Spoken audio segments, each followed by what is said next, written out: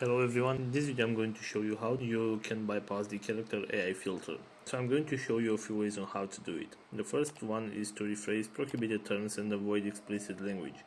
So rephrasing the prohibited terms and avoiding explicit language is a subtle way of bypassing the filters.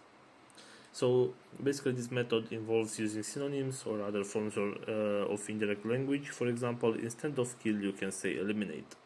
So by using indirect language you can make it harder for the filter to detect your intentions. The second method is to engage in roleplay.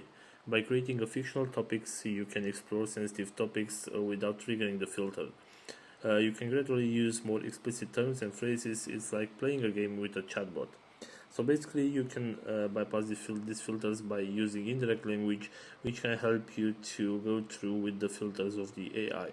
So this is all for today. Hope you enjoyed this video. If you did, don't forget to like and subscribe. Bye bye.